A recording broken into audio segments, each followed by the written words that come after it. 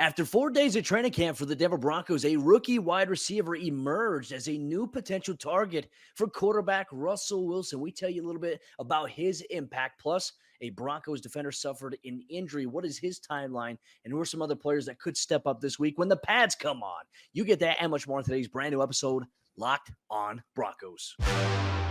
You are Locked on Broncos, your daily Denver Broncos podcast. Part of the Locked on Podcast Network. Your team every day.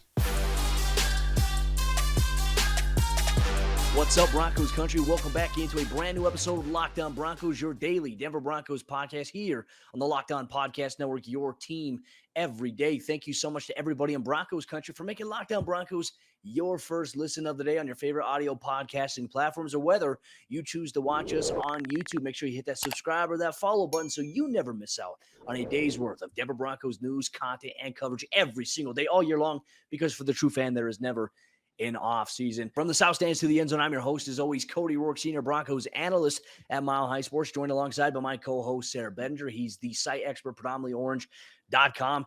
Sayre, over the weekend, back together. Saturday was all across the National Football League. The Broncos had 7,121 fans in attendance. I was on the media side, and the berm was full. Like, I have never seen it that full, and it obviously was a record for the facility, but the fans were loud, and it was a monumental day all across the NFL. Got to see some Russell Wilson action. Patrick Surtain continuing to be a star for this Broncos team, looking really good. But, man, you know what? This is a big week. The Broncos throw the pads on beginning on Tuesday. Can't wait. I always love to get to see that. Always love to get the, just it ramps up the intensity a little bit. Maybe we'll see a fight. I know Dalton Reisner kind of likes to get into those little scrums there at camp. No, all kidding aside, I'm so excited to see this team with pads on. I think it'll just help with the evaluation for so many different aspects, right? I mean, we've been talking about Jonas Griffith looking really great through the first few days of camp, but I mean, just wait, I guess, and see what happens when the pads come on, or these defensive linemen that are showing really well early on, or the pass rushers, offensive linemen. I mean, everything is about to change as far as training camp evaluation goes. But man, you're right. I mean, 7,000 plus. I don't know. Did the Peyton Manning era ever eclipse 7,000? I can't quite remember, other than stadium practices. Speaking of Peyton Manning, this guy, he was in the house at that practice and able to see some of these young players kind of emerging for the Denver Broncos. But, Sayre, let's talk about Montrell Washington, who had a very impressive day for the Broncos on Saturday's practice with Russell Wilson. Now, the play before, Russell Wilson threw an interception to Ronald Darby, who returned it for what would have been a pick six. Now, at the top of Cortland Sutton's route, he slipped, and that allowed Darby to jump the route there and to take it for six. But you know what? Russell Wilson, the very next play, you know what he did? He goes down deep to Montrell Washington, who got behind K'Wan Williams in the Broncos defense for a 60-plus yard touchdown. And the thing that stood out to me about Montrell Washington, Sayre, his speed. Now, he doesn't have KJ Hamler speed, but he's got pretty dang good speed, and it adds a little bit of a wrinkle, I think, for what the Broncos want. So while KJ is still going through the rehab process and is working his way back in, Montrell Washington could fill that role in terms of like what he can do, what we expect to see, a lot of what KJ Hamler is expected to do when fully healthy. It was a good day for the Broncos rookie out of Sanford. Well, I think that's so important, isn't it? I mean, with KJ Hamler out, especially, just really fortifying that depth at the wide receiver position. I think when Hamler went on the PUP, I started cycling through what free agent wide receivers are available, because as of right now, I mean, you don't want to kind of get into that same situation that you were in last year, where you had to sign guys like David Moore and John Brown during the season. So to hear that Montrell Washington is out there stepping up and playing a bigger role, I think is phenomenal. And yeah, he's not maybe a 4-2 guy. He's not a 4-3 guy even, but if you can play fast as a 4-4 guy, that makes all the difference in the world. And like you mentioned, I mean, obviously K'Wan Williams, maybe there's more to that story on that play than, that we'll talk about here in a bit. But at the same time, I mean, you're still burning a veteran NFL defensive back deep down the field and getting reps with Russell Wilson. I think a lot of people generally expected him to be the team's return man, punt returner, kick returner, those type of things. But remember, leading up into camp, there was some talk and from people that that are covering the team, there was some talk that he may not be involved offensively very much. And that's, that may have just been chatter. It may have just been, this is where we project him now. But look, 4 days of training camp can completely turn things around. It really can. And I think one thing for me, how often will we see him used inside the preseason? Now, I do want to give some flowers here to Jalen Virgil, another undrafted rookie wide receiver here that the Broncos have on their roster. He hauled in an amazing one-handed, left-handed snag from Brett Rippon, and he took it the distance. But I want to go back to another play here by Montrell Washington. Early on, he ran like a deep crossing pattern. He caught it in between two defenders, and then he just changed another gear, and he was able to get up the right sideline, and he was able to run it in for a touchdown. Montrell has this ability to him to be able to just flip that switch at any moment, which was really cool to see that on display during Saturday's practice. We'll see if that happens here today for day 5 of Broncos camp. Team was off on Sunday, back on the field here today on Monday. And so we'll see how things kind of pan out as that kind of shapes out with that wide receiver depth there. But also just looking at the return game as well, I think it's pretty easy to say Montrell's the favorite right now to get the starting job as the kick returner, punt returner. He's usually getting a lot of the reps in terms of the return game, as is Trey Quinn, as is guys like Caden Davis. So they're just mixing guys in, but Montrell's always been the guy that I've always noticed kind of getting the first reps in the return game. And man, he's springy. He knows how to turn the corner really quick. Dwayne Stukes has a good one there. I'm excited to see if he can be unleashed a little bit this season on the special teams side of the ball. But Broncos country coming up here in just a moment. We're going to dive into a little bit of an injury update here for a Broncos cornerback. One of their key offseason acquisitions in K'Waun Williams left practice on Saturday at the UCHealth Training Center. What's the prognosis after an MRI? We get that and much more coming up here in just a moment. But before we do that, let me tell you about Dave. If you're living paycheck to paycheck and struggling to make ends meet, it can be really stressful when unexpected expenses come up. Now, Dave can help you get out of a pinch when you really need it. Dave is the banking app that can get you up to $500 instantly with extra cash. That's more money to fill your tank, buy a wedding gift, or catch up on bills. And you can finally tackle those expenses that have been stressing you out without any hangups. There's no interest and no credit check needed. Millions of people have already downloaded the Dave app to get the financial relief that they need with extra cash. So if you're in a pinch and you need some extra help, download Dave and think of it as a helping hand from future you. Download the Dave app from the App Store right now. That's DAVE, and sign up for an extra cash account to get up to $500 instantly. For terms and conditions, go to dave.com/legal. Instant transfer fees apply. Banking provided by Evolve. Member FDIC. Future you will thank you. The Denver Broncos cornerback room features a wide variety of depth that's been making plays throughout the first 4 days of training camp. However, one of their key free agent offseason acquisitions, the K'Waun Williams, left Saturday's practice with a knee injury. We're going to take a look at the potential positional guys who can step up if he is day-to-day, and what's the latest from the MRI that he had conducted on Saturday. Thank you so much once again, Broncos country, for making Lockdown Broncos your first listen of the day every single day on your favorite podcast provider or here on YouTube. Thank you so much for all the love and all the support and all the interactions. So make sure you comment down below on YouTube if you're watching us there. Sayre, on Saturday on that Montrell Washington play, the deep touchdown by Russell Wilson, K'Waun Williams pulled up in coverage, and it was revealed after practice by Broncos head coach Nathaniel Hackett and the team that it was a little bit of a knee injury and that they were monitoring it. And he would undergo an MRI, but the good news for K'Waun, and I think for Broncos country, is that the MRI came back. There was no structural damage. Everything was intact. So he will be considered day-to-day at this point. I would not be surprised if the Broncos give him a little bit of a week off, because next week it's going to get a little crazy with the Dallas Cowboys coming to town here for the first preseason game on August 13th at Empower Field at Mile High. While the good news is that K'Waun Williams will be fine, there was some fear initially because it was on the same knee where he had a meniscus procedure early on in his career, but everything is checking out. He should be good to go. We'll see when he makes it back onto the practice field. We'll get all the updates here on the Lockdown Broncos podcast. I thought that K'Waun has had a really good camp so far through 4 days. And so what I mean by that is just watching him when the team is going through their scrimmage period, when they're doing some reps against the wide receivers, he's always on the hip. He's got tight coverage. I've never seen really anybody get separation except Montrell Washington on the play where he got hurt. Outside of that, I mean, any throw that's been across the inside to Tim Patrick, to Jerry, to Cortland Sutton, I mean, he has been on the hip, or he's been there to kind of contest that or even force a knockaway. Like, he's been really good, especially in run fits as well. Playing the nickel, you're asked to not only just cover guys, but to be an extra run defender. And I think that his alleys that he's taken so far, granted, there is no pads just yet, he's doing everything right from a fundamental standpoint. So it's a good addition to have him on this roster. But more importantly, we're waiting to see when he comes back. And that kind of begs the question, like, if he is getting some time off as he continues to rehab from this knee that he sustained on Saturday, who are some names that Broncos country should keep an eye on? And Sayre, I'm going to throw a few out there. Sayre Bassey, Nate McMillian, who's been getting some reps inside the nickel, Damari Mathis, heck, maybe even Michael Ojemudia or Bless Austin, who are competing for that cornerback 3 spot as well.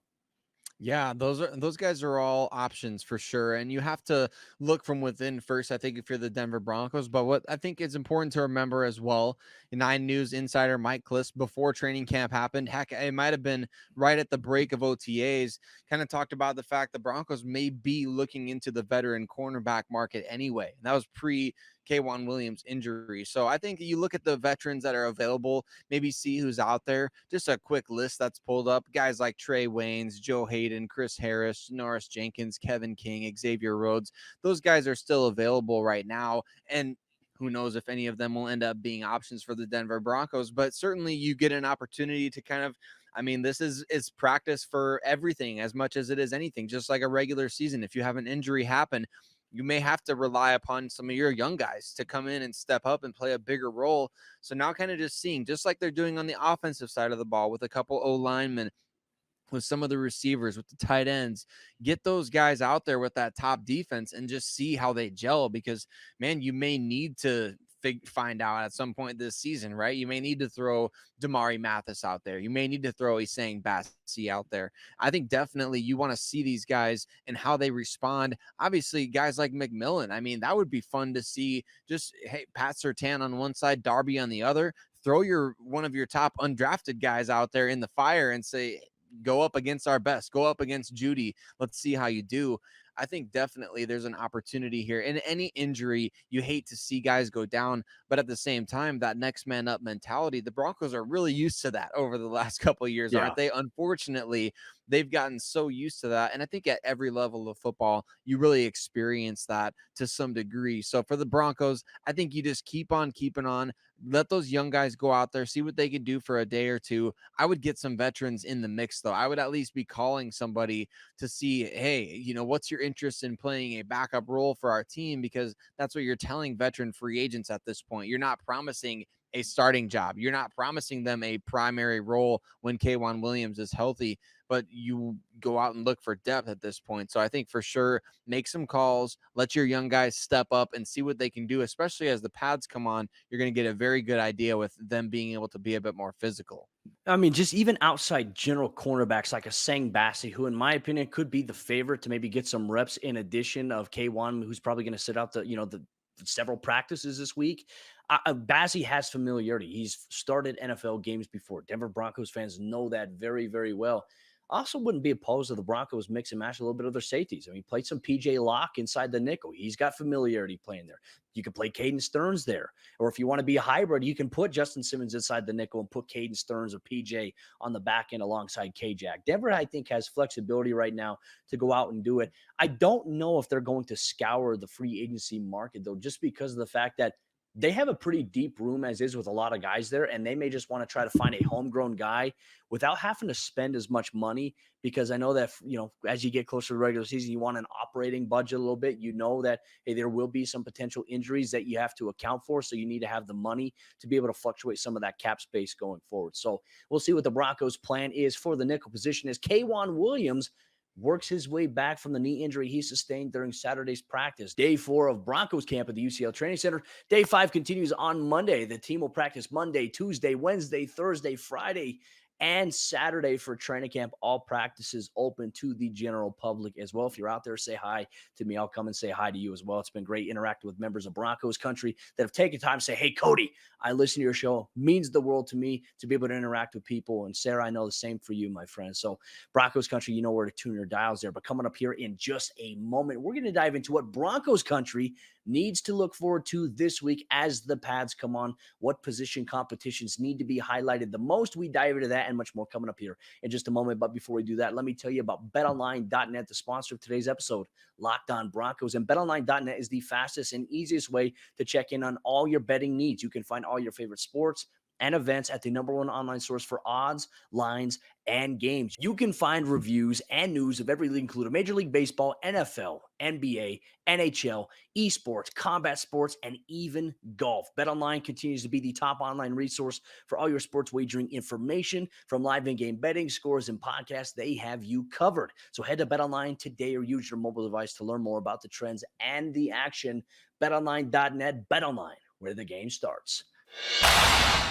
The pads will be popping this week for the Denver Broncos as they prepare for the first preseason matchup on August 13th against the Dallas Cowboys. You have to crawl before you walk, and the Broncos are getting ready to walk this week once the pads come on Tuesday. Once again, Broncos country, thank you so much for making Locked On Broncos your first listen of the day. We appreciate you so much. Sayre, we need to dive into what Broncos country needs to be looking for here this week. We said it. The pads come on Tuesday. Now, I don't expect there to be a lot of popping on Tuesday, maybe on Wednesday. Wednesday could be a jog through, but I expect Thursday to kind of be a ramped up physical practice with a little bit more of the pads popping here between the offense and the defense and some of the special teams reps. But more importantly, that contact that we've been looking for between the offensive line and the defensive line. And there are some significant position battles going on right now on the offensive line. There really are. I mean, on the offensive line specifically, we're looking at that right guard position and maybe the left guard position as well. Both of those positions we've been rotating, right? And we talked about going into camp, Dalton Reisner at that left guard spot. Is that job up for grabs? And then obviously the right guard position, where you noted specifically the first couple of days of camp, we saw Quinn Miners out there, then we saw Netani Muti out there, and both of those guys getting reps, I think, is great because maybe those two are your starting guards this season. We'll see.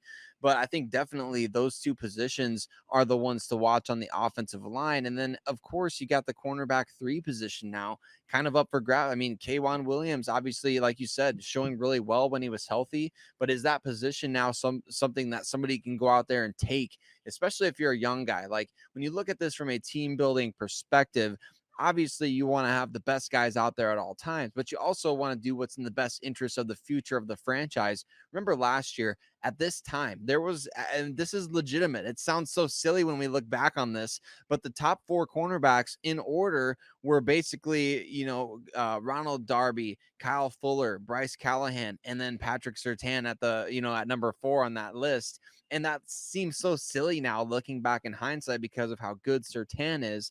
But at the same time, let's say Ojemudia or Bassi or Jamari Mathis, one of these guys comes out and they're a younger player that has bigger upside for the future. They come out there and they do really well in the nickel. Are you going to forsake their future at that position in favor of, well, we signed this guy in free agency for 1 year?